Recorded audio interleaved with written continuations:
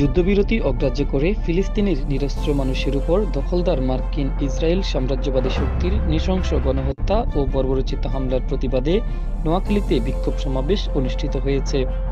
সোমবার দুপুরে নোয়াখালী সদর উপজেলার অন্যতম সামাজিক স্বেচ্ছাসেবী সংগঠন আসসুন্নাহ ব্লাড ফাউন্ডেশনের উদ্যোগে এই সমাবেশটির আয়োজন করা হয়।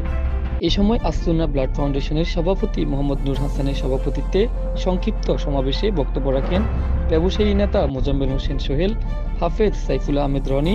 সমাবেশে অন্যান্যদের মধ্যে উপস্থিত ছিলেন বিশিষ্ট ব্যবসায়ী মোহাম্মদ সাদ্দাম হোসেন, ইব্রাহিম খলিল চান্দু, সাংবাদিক মাহমুদ ফয়সাল ও সংগঠনটির সাধারণ সম্পাদক ইয়াসিন মাহমুদ শাকিল সহ আরো অনেকে।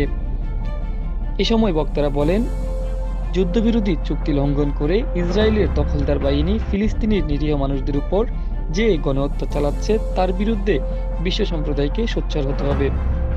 বক্তারা ইসরায়েলের সকল পণ্য বয়কটের ঘোষণা দিয়ে অনতিবিলম্বে ফিলিস্তিনকে স্বাধীন রাষ্ট্র হিসেবে ঘোষণা করার দাবি জানিয়েছেন। Desk report, Noakhali express TV.